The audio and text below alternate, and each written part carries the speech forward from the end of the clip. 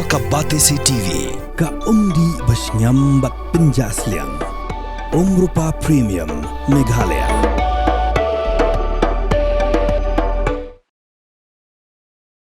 Menteri Rang Baka Assam Himanta Biswa Sarma ula ong bagiladan pralang ngot kilong kemi ha Assam ki baladan pisa de kilak ni kita kilak pati Baidu kadai ke jingkhot e kilong kemi ha Assam Himanta ula ong bakini ki pralang ngot kidai ki dekhot jongki self help group per ka jingkamai lang jongki kadai lingba ka lak pati Baidu scheme ka ba ka sarkar kalawan ra ban ken tiu ya ka yo ka kon ki ken thai da ka ba ajing rap ya ki da ka pisa bakin pen he ki kam ki jam ki jongki la aji ka ki kumnu ban pen tebet ha ka kam bagi trei bat ka sarkar ga rap ru ban pen ya yo ya ki mar ki mata jongki na lo rang ta la ajing rap ru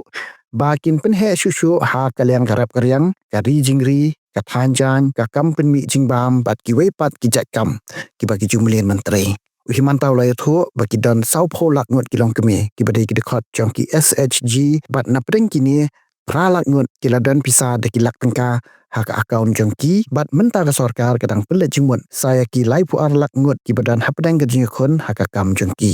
Himanta ula samru de ka check syaki khat khandai lak sau pho hajar news pa khat san ngot kilong kemi ha Assam ya kabala ajing ram da ka pisa lingba ka chief ministers women entrepreneurship mission Himanta ula pen benaru pa sarkar kala syem ya karai ban penlut lai hajar aspa klor tengka na ka pentaban ajing ram syaki lai pu ar lak ngot kilong kemi pat la da kila ban pentri kam bhai ya ka pisa pa sarkar ka ai ka sarkar kanang pen he shushu kanang ba ka kam jongki kam scam bat kin la ban yang halaki kjap আপোনালোকে চাব আমাৰ ৰাজ্যৰ গ্ৰাম্য অৰ্থনীতিত প্ৰয়োজনীয় বহুত বস্তু আমি বাহিৰৰ পৰা আনো কণী ৱেষ্ট বেংগলৰ পৰা আহে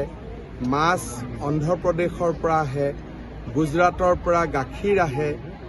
এনেকৈ অসমৰ গ্ৰাম্য অৰ্থনীতিৰ লগত জড়িত বহুত বস্তু আমি বাহিৰৰ পৰা আনো এই মহিলাসকলে যদি সৰুকৈ এটা ব্যৱসায় কৰে আৰু অকল নিজৰ গাঁওখনকে স্বাৱলম্বী কৰি তোলে তেতিয়াহ'লে আমাৰ অসমৰ অৰ্থনীতিত ৩২,০০০ কোটি টকা যোগ হ'ব আৰু ই ৰাজ্যখনৰ অৰ্থনৈতিক উন্নয়নৰ গতি ত্বৰান্বিত কৰিব ইতিমধ্যে আমি ৮ লাখ মহিলাক লাখপতি কৰিব পাৰিছোঁ এই প্ৰচেষ্টাৰ জৰিয়তে যদি আৰু ৮ লাখো লাখপতি বাইদেউ হ'ব পাৰে